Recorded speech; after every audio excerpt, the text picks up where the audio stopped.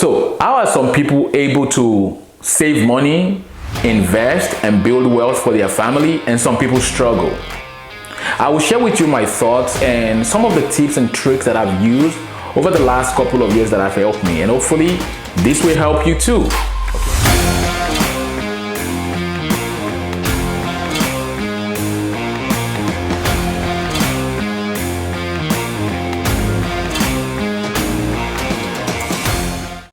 My name is Bayo Adebowale. I'm a real estate agent and a real estate investor in the Houston, Texas market, which means I invest a lot of my money in real estate. I look for opportunities and I try to take advantage of those opportunities. But one thing that I've seen over the last couple of years is that some people struggle. Why some people live in abundance? If you place your opportunity to create the life you want into the hands of other people, you are likely to struggle, okay? Number one thing that you have to do as an individual looking to start saving money and building wealth and investing and things like this is to take responsibility for your action.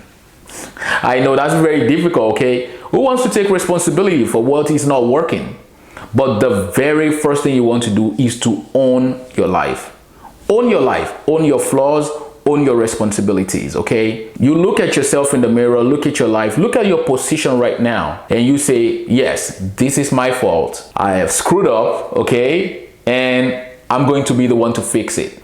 Honestly, I'm telling you, the power that comes with owning responsibility, taking control and declaring to yourself that, look, I'm the one that screwed this up. I'm the one that did not save money. I'm the one that did not invest money. I'm the one that is not doing the right thing. And I'm going to be the one to fix it. Once the power comes on you, now you have control and now you can get started. The first thing I'm going to share with you right now is to get disciplined. I know you've heard it before, but I'm going to say it to you again. If you are not disciplined and commit to what you say you are going to do, it's going to be difficult to do anything productive for you and your family. You have to get disciplined. Sometimes these things are difficult. If you promise yourself you are going to do something, no matter how difficult, even if you don't do it that same day, make sure you put in your time, put in the effort, and commit to what you say you are going to do. Because this will help your brain to think that you are a person that do things they say they are going to do. Let's get into perspective of what you can do to position yourself better, okay? Number one thing is you have to live below your means. A lot of people don't even know the income that they make. A lot of people don't know the expenses that they have. The very first way you can get started is to actually list your expenses every single month, whether from your rent or mortgage to your car note to cable, internet, water bill, light bill, all of the bills you pay. You have to know how much your monthly expenses are. You have to know so that you can know how it's matching up against your income. You know, when I first got started in America a couple of years ago, I got into credit card debt, okay? I got into a lot of credit card because I wasn't taught about credit. Remember, I'm from Nigeria, so we didn't have a credit card system. So I got in trouble with credit card. The person that helped me was Dave Ramsey. Dave Ramsey was the person that helped me. I was watching a lot of his YouTube videos about how people get, started on the baby steps, baby step 1, 2, 3, and they start paying off their credit card. And this greatly helped me. Although Dave also teaches investing, I didn't follow his investment model. It just wasn't working for me. But when it comes to getting out of debt, it helped me. By knowing your expenses, now you can look at those expenses and say, which of these expenses can I cut off? I cut off cable about 4 years ago. I just realized we were not watching cable. We had internet, we had YouTube and Netflix. That was all we were watching. And we were paying about $140, $150 for cable. It was unnecessary. So once you write down your expenses, you can take a look at them and say, okay, what expenses can I let go of? Because you need to start saving some money. If you are serious about growing and investing and building wealth and not struggle every single month, you have to know your expenses so you can eliminate some of those expenses, okay? There are some things you are subscribed to right now, you do not need to subscribe to them. If your phone bill is too high, you can go to a cheaper plan, okay, and knock it off. If your light bill is too high, there was a time we were paying about $300 for light bill. And my wife got on the phone with the company we were using and said, hey, what is going on? Why are we paying $300? Oh, they said, oh, we subscribe you to a green energy package. What? Green energy package? What is that? Oh, it's for cleaner energy. So your bill is 3 times everybody else because, oh my goodness. What? For the last 6 months, we've been paying that green package.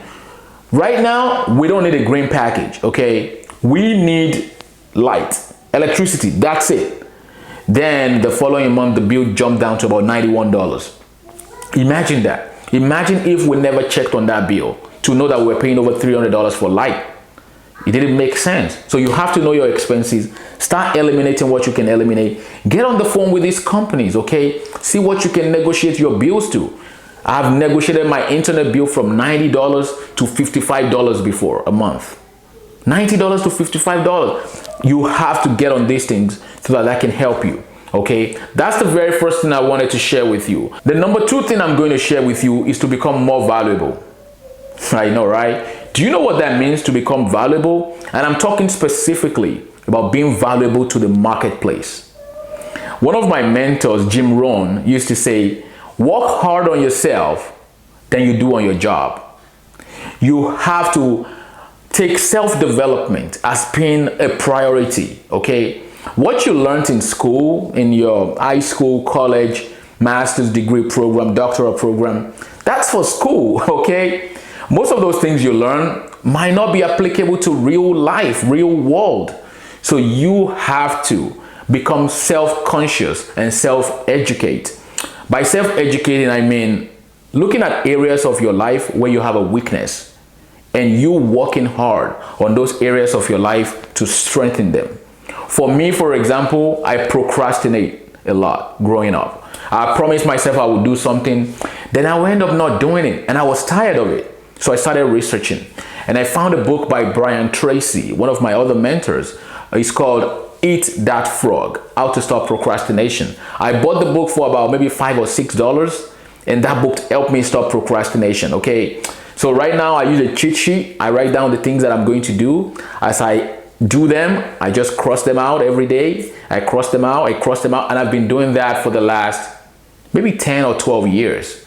So whatever area of your life you have a weakness in, right now I'm taking a class on finance and taxes because I'm weak in taxes and finance, and I love to, you know, to know it. That's self-development. So whatever area of your life you see that you have a need, you have to be able to buy books, get a mentor, listen to YouTube videos, listen to a podcast, get help, get educated in that specific area of your life where you have a weakness in. The third thing I'm going to share with you is to get into the habit of saving, okay? It's difficult to save, especially when you have seen all your money. I encourage people to save before they see their money. What do I mean? So say, for example, you work for a company and they pay you every 2 weeks. Or I work as a real estate agent, so I get paid a commission based on sales.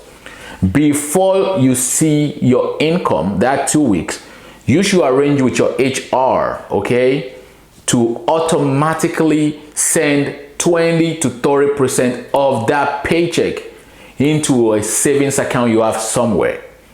That savings account that you are going to have, make sure you don't have access to a checking account. Make sure you don't have a debit card or associated with that account.